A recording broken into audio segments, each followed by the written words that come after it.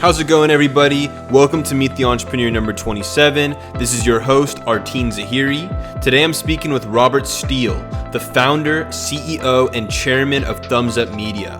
Robert's got an amazing story. He's been a technologist since a very young age. He's been the CEO of multiple publicly traded companies, and Thumzup is an amazing mobile app. It lets you, yes you, get paid to promote the local businesses and restaurants that you already love on social media. And here is the best part. By the end of this podcast, you're going to learn how you, yes you, can actually invest in Thumzup today. We've had the privilege of doing a deep dive into your background, very amazing, clearly a real inventor, innovator, entrepreneur, learning how to code at just 8 years old, incredible. So I'd love for you to kick off the conversation. If you could tell our audience just maybe your quick background and how you became interested in technology so early. Yeah. Thanks, ARTEEN. Yes, I was born on a spy plane base, Beale Air Force Base. So the military plays a role in my story because they're early adopters of technology. So my father was the lieutenant colonel in the Air Force, and so as a kid, he was bringing home really advanced technology. So that was one part of the story. The other part of the story was I had a neighbor. The reason why I really got the early start is because I had a neighbor that had a mainframe computer in his basement when I was 8 years old. It sounds like something out of a movie. I'd never, ever heard anybody else ever tell such a story, but it really happened. I had a neighbor across the street that had a mainframe computer in his basement when I was 8 years old. He was very friendly. He had a young child, and I'd go over there every day after school, and he literally taught me how to program. And that, as you may know, when people start in something really, really young, it's very formative, and it set the course for my life. And then from there, I went on to start my first technology company selling game controllers for the Apple II at 13. And then I was writing video games, worked for one of a very early success story in the video game space while I was in high school, started a tax processing software company in college, and then my first real business, computer-aided design software firm in my early 20s, right out of college, and that got me on the arc to be here speaking with you. That's an amazing story. I appreciate you sharing. Where did you grow up, by the way? That you had that neighbor that helped you out so much. That was near Andrews Air Force Base, which is north of Washington D.C. in Maryland. Was that part of the story? And then the high school was across the river in Virginia. Got it. That makes sense. That's why I saw with your background, you first were in Virginia with your early ventures. What brought you to Los Angeles and the West Coast? Well, it's no surprise that California is been incredibly, if you look at I don't know what the statistic is, but I would, off the top of my head, I would say probably 80% of all the technology heroes and technology success stories that we think of, come out of California. Certainly, Apple Computer is a famous one. So my life had taken me to the East Coast. But at a certain point in my career, once I left the computer design business and started thinking about raising outside capital, that really all happens in California. So I did make a choice, between the Bay Area or LA. This is 20 some years ago, and I just a lot of times entrepreneurs are we function on instinct. My instinct was Los Angeles, kind of thinking a differentiator, because there's with San Francisco sort of being the hub and the focus. I thought maybe I would be more distinctive, in the second city in California for tech, and I think that has helped me. I like that, and that frankly validated my personal beliefs. I grew up in the Bay Area, but I always had a similar instinctive draw towards Los Angeles, and that was a big part of me making the move here. And I agree with you. You can stand out more because there is a tech community here, but it's much less developed, so you can stand out more for sure. Awesome. Now, taking a look at your current venture, Thumzup, I think it's really cool. It seems to me like you're giving every individual the opportunity to participate in social media branding, or you could call it, user-generated content advertising, influencer marketing, what have you. I think it's awesome. I agree with the thesis, the general thesis that people are more likely to be influenced by their friends' purchase decisions rather than a random influencers, right? How and when did you get this idea for Thumzup? So I started the ideation process. We're getting about 4 years ago now, and I'm also a musician. I play keyboards and guitar and write songs, and I've got a lot of friends here in Los Angeles that are musicians, also friends that are aspiring actors, and they were all driving for Uber. Okay, so working in the gig economy. So as a technologist and an entrepreneur, the question I asked is, there must be something else that we could do for that community to make it easy for them to make more money while continuing to drive for Uber and work for other gig economy companies. And that was the question: what more could we do for them? And so then, you put that next to the fact that, what's been the big economic story in tech over the last decade. It's we used to talk about the FANG stocks, Facebook and Google being about half of that. So that was the notion. Okay, how do we've got this community that is doing this gig economy work. We want to make it easy for them to make more money. How do we connect them to that $200 billion digital advertising industry? The first notion was we're thinking about building an app and paying people to watch ads. But the reason why we didn't do that is because that's not cool. So we believe that what we've come up with now with Thumzup is cool. I agree with you. It is cool. And actually, I just downloaded that myself earlier today. So I'm great. excited. Yeah, I'm super pumped to, like you said, make some extra income. Like you said, it's all part of the gig economy. So I completely agree with you there. Yeah, close to you, in your neighborhood, the closest advertiser we have is Primo's Donuts in Westwood. So oh, sweet. Yeah. Awesome. Primo. Okay, cool. Yeah, is most of the businesses so far I've seen just by looking at it was mostly on the west side of LA to this point, right? Yeah, we've closely studied how Uber did this. So similar to Uber, in order for Uber to succeed, they had to have both drivers and riders. If they had riders and no drivers, they wouldn't have a success. So that's where Thumzup is that we're having to simultaneously create advertisers and creators. So the lessons learned from other people that have created these types of two-sided markets is to be hyper local.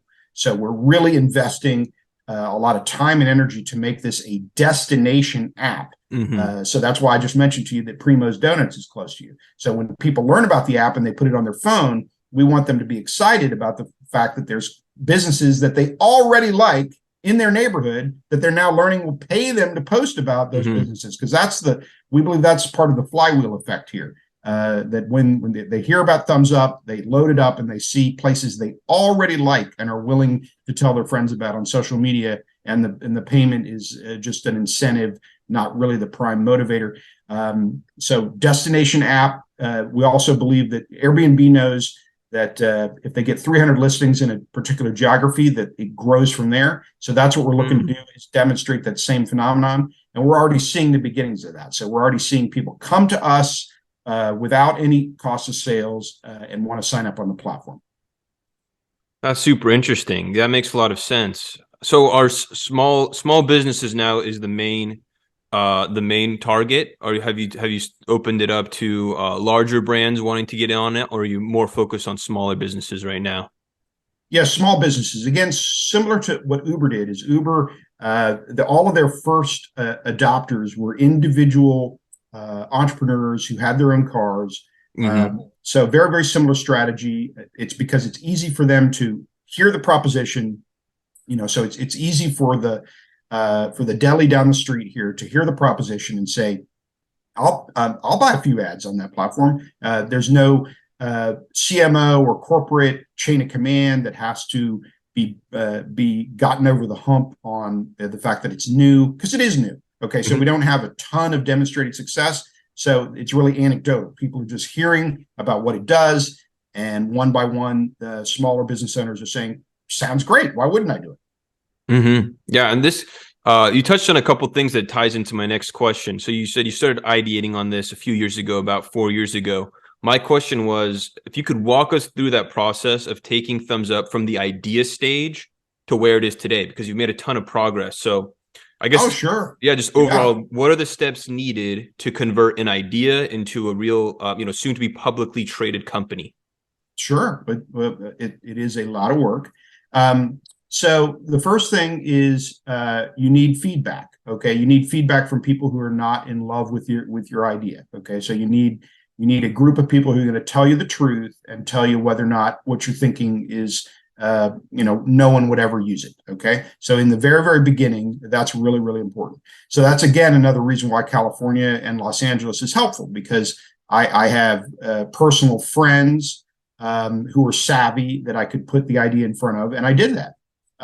Also, now I've done this a couple times, so I know when I'm going in this direction that I'm talking about the next decade of my life. So it's not just that I want to return for my investors; it's that I want to make sure that I'm spending the next 10 years of my life in a meaningful way that will bear fruit. So you want to go, you want to get the idea to a point where you can explain it. So, for instance, I made a pitch deck. Okay, so there's no software yet, and so that pitch deck was put in front of lots of smart people, not necessarily techie experts. With something like this, the general consumer is very helpful. Would you do this? So the first question was, would people post for payment? Okay, and technically you might call this market research, basically. Okay, so we needed to get enough people who had heard the idea who said, I would do it. I would use this app. I would make a post about a business, and I'm not embarrassed to do it, and I would take the money. So that was question number one. Then question number two is, are there advertisers that would pay for it? So we did the same thing. I personally knocked on doors in my neighborhood, just walked into the local donut store down the street and walked up to the lady who runs the store. I said, hey, I'm Robert. I'm a technology guy. I'm thinking about starting a new business. It would do this.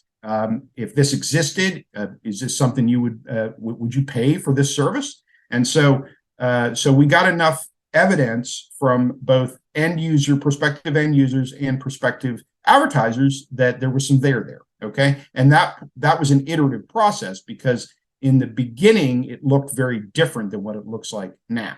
Okay, so in the very, very beginning, the workflow and what we were presenting to the users was different. So in the combination of asking people for that, getting that market research and getting that feasibility, it also iterated the product design, because part of it, they would say things like, well, I would do it if it did this. I would use it if it did this, and that steered us towards an initial product design. So then there was a very, very early version of the app, a hacked version of the app, and we actually deployed that at a local coffee shop, and that was the first time that we really saw real human beings. So first, it's a sketch, no technology, but getting the feedback first from potential users and clients. Then it's a very early version of the app. Again, that's bootstrapped. There's no capital raise there. But indeed, with a very, very early version of the app, we saw that people would post and get paid, and then that led us to crafting a deck and starting to look for investors. Appreciate that. Thank you, Robert, for laying out, the what happened between then and now. That exact step-by-step process is super valuable information for our listeners and for myself personally.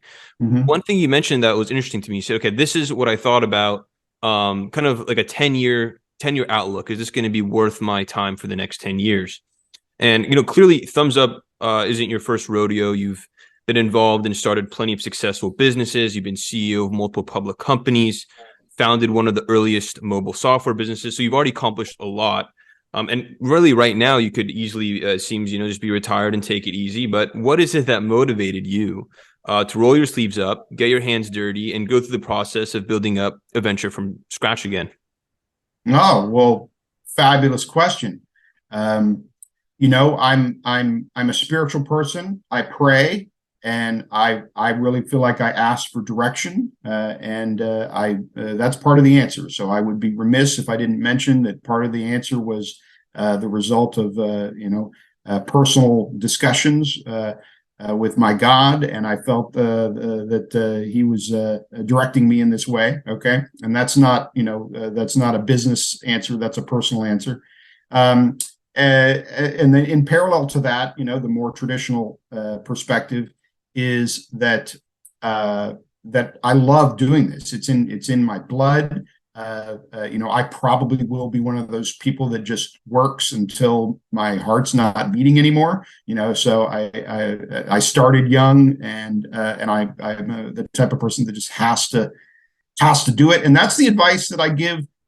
Like when I meet people who are thinking about starting a business, I often ask them, I say, do you like to sell? Okay, be very careful to become your own boss if you don't like to sell, because the reality of being your own boss is you have to sell. Otherwise, that the revenue is the blood, or in startup for a period of time, investors' capital is the blood, and it has to be in the body. And if you're the big cheese, you've got to keep the blood flowing. So I'm the kind of person that has to do that. I have to innovate. I have to do something new. So I think it's a combination of a spiritual perspective and my own knowledge of my own identity as a person. Thanks for sharing that, Robert. Very real story, personal answer. I appreciate that. I like what you said, that if you don't like to sell, it's not going to be easy to be your own boss, start your own business. I think just to share a personal story of mine, one of the decisions I made early on is, I mentioned I started my career working in investment banking. I actually pivoted really early and started doing sales. I did a complete 180 with my career, and I went from investment banking to tech sales. And the knowledge I got from working in sales, that experience of learning how to sell, pitch value, understand pain, it was critical. And I can see how that's probably the number one skill set a founder or CEO would need, based on what I observed in my experience. Yeah, I agree, and I think I think that many people have the capacity to do it. I think there's maybe some cultural hangups out there about it, but really, sales, when you are a person of character, is really about helping people. Absolutely. And in a way, you're also, you talked about raising capital, which is, again, you have to be selling yourself. Right now, Thumzup, I saw you guys are currently raising a $9 million equity crowdfunding round. I thought that was really cool. I'm very passionate about opening up startup investment opportunities to the general public. It also fits the, if you think of Thumzup as democratizing social media advertising, this is democratizing startup investing. So I'm curious, it totally makes sense, but I'd love to hear it in your words, the decision to go the equity crowdfunding route, what you're looking to do with the capital raise, and why you think our listeners today should invest, because now it's open to the general public. Sure. Well, the first way that we position that is that, how often have you, the listener, been offered an ability to buy into the next Uber or the next Airbnb at a valuation in the tens of millions? The answer is almost never. Okay. So, I've been at this for quite a while. I've been in the startup world for more than 20 years. And the first time I hear about Uber or Airbnb, they're valued in the billions. So that's one of the first motivators that we try to circulate to people is, if you look at our thesis, we basically ask two questions. Do you think somebody is going to democratize social media marketing? And do you think that somebody's going to be us? Because someone's going to build a $10 billion or more business here in this space. And we believe that we have the pole position, that we are out front. We don't have any direct competitors right now. So that's one way to answer the question. The other way to answer the question is that, yes, that democratization is completely aligned. Not every business is a fit for crowdfunding. But what we found, ARTEEN, was when we, more than a year ago, when we actually started with our first client, our first advertiser, and got our first people posting, right away, people would ask, can I invest? And these were people who had never made an investment before, didn't own any stocks. So that was a market indicator that this is the type of business that has a story that is understandable by the common person who's not a venture capital professional. So not, not every, for instance, a blockchain AI company is not necessarily something that, all my neighbors can evaluate whether or not it's a good use of their speculative capital. But we think that Thumzup is something, most people in 2023 have made a social media post about a product that they like. So would you do it for $10? Do you think 10 million people will do that? Well, then, that's what we're doing here at Thumzup. Yeah, that makes a lot of sense, and great validation. Like you said, when people who aren't investors themselves, don't have an investment background, are willing to invest in your idea, especially when that person's your customer as well. If your customers want to invest in your product, that says great things. Mm-hmm. Robert, no, we just have a few minutes left. Last question I want to, turn over to you. Any last words you want to give to our audience? Maybe any links you want to shout out that we can put on the screen, or if there's any upcoming news you want to share, I'll leave the floor open to you. Sure. So right now, if you live in West Los Angeles, Venice, Santa Monica, Playa Vista, Brentwood, West LA, then you can get paid to post about about many businesses in your neighborhood. That would be thing number one. So to do that, you want to go to the App Store or the Google Play Store and download Thumzup. You can see the name on the screen behind me, THUMZUP. And then secondly, the stock is currently publicly traded. So the stock symbol is TZUP, Tom Zebra Umbrella Paul. We currently have what is called a Reg A+ offering to the public. So anybody can invest, and the minimum is quite doable for most people. So all the information is on our website. You can either Google TZUP or go to www.thumzupmedia.com and get more information. And we would love to partner with you to grow this company to be the next tech unicorn. Thank you for tuning in to Meet the Entrepreneur. Be sure to follow Startup Society to stay on top of the most exciting startups in the country striving to keep the American dream alive. Until next time, take care.